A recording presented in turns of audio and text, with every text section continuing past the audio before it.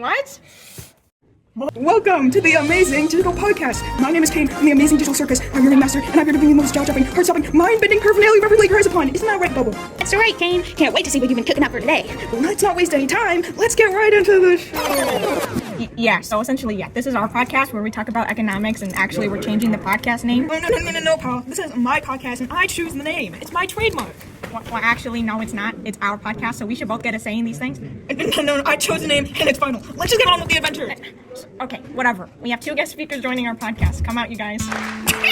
Hey, guys, welcome to the podcast. Who is this bundle? Yeah, he has braces like you.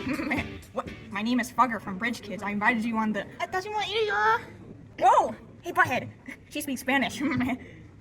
No, dude. That's French. Oh, yeah. So, now with everyone here, are you ready to see something incredible? Well, too bad, because you're going to see it anyways. We're going to be discussing economics, our amazing podcast, as recommended by our lovely friend here, Konada Izumi from Luckstar. Okay. So, what are we learning about these economics today, Fugger boy? That's money, right? I spent all my money on... Bubble, you can't say that on here. Okay, there's way too many of you. Can we just do the podcast already? Like, I don't understand what's going on right now, and I'd appreciate it if we would start. I already asked you to start. So, it's hard to know when what you're talking about when there's basically 20 different people talking at the same time, but yes, let's start. Okay, we'll start off with what GDP is and what it stands for. So, GDP means gross domestic product, which stands for the total value of goods and services produced within a country during a specific period of time. The points included in GDP are everyday goods and services, business spending, government spending, the total value of country exports. Points not included in GDP are used in resale goods, financial transactions, unpaid work, for benefits, and social security payments. Well, this is getting boring. Why don't we look at the curves of this thing?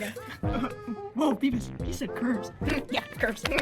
Well, a country's GDP changes depending on the economic state of that country. A high point is a peak, and a low point is a trough. And it's rising, it's called an expansion. When it's falling, it's called a contract. During these times, we get relationships between the GDP and price levels. So in full production, a country's real GDP and price level should meet in the middle and be even. This represents a low employment rate and strong workforce with citizens able to afford goods. In a recession, the real GDP and price level meet on the lower end. More people are unemployed and prices are forced down. This represents a time of struggle for those in this economy. Now, in an inflammatory boom, the real GDP and price level meet at a higher point. Peak is also a struggle as items get difficult to afford despite people working. Selena!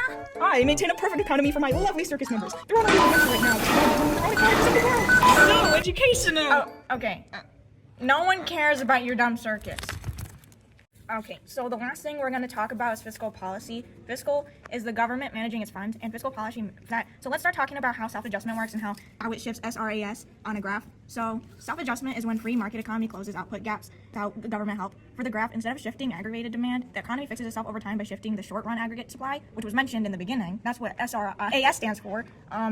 So anyway, it shifts to the short-run aggregate supply curve through changes in nominal wages and resource prices. And something worth mentioning is how the government can change with fiscal policy. For one, they can change tax rates. They can increase and decrease taxes to adjust how much income people and businesses have. And 2, they can influence fiscal policy by changing how much money the government is spending. The more they spend, the more money an economy gets.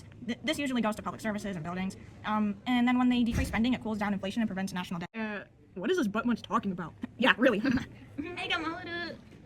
Whatever, you guys. So I guess I'll talk about the other parts of fiscal policy on my own. So now I want to talk about expansionary fiscal policy and what it is, as well as how the AD shifts on a graph. Okay, so expansionary policy involves increasing government spending or cutting taxes to stimulate a slow economy. This can work by putting money into the economy, which causes aggregated demand to shift to the right. The shift increases GDP and the price level, which can actually help decrease high employment rates during a recession. Are you really not talking anymore? Fine, I'll do everything on my own. Okay, so lastly, I want to talk about contractionary fiscal policy and how AD shifts during that. So essentially, this policy is used by the government to cool down the economy if it's getting too much, as well as controlling inflation. They're able to do this by cutting government spending, which we actually covered this a few seconds ago, or increasing taxes. And this causes a decrease in national output and lowers the price level. What? You insulted me and cut me off!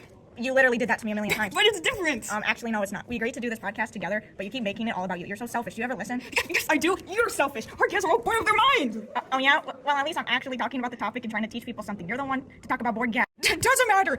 How far you piano mouth garden gnome, I'll tear you apart if you keep ruining my podcast.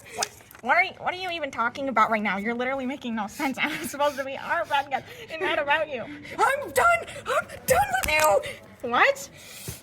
Whoa. That was cool. See, it was cool because he exploded into confetti or something.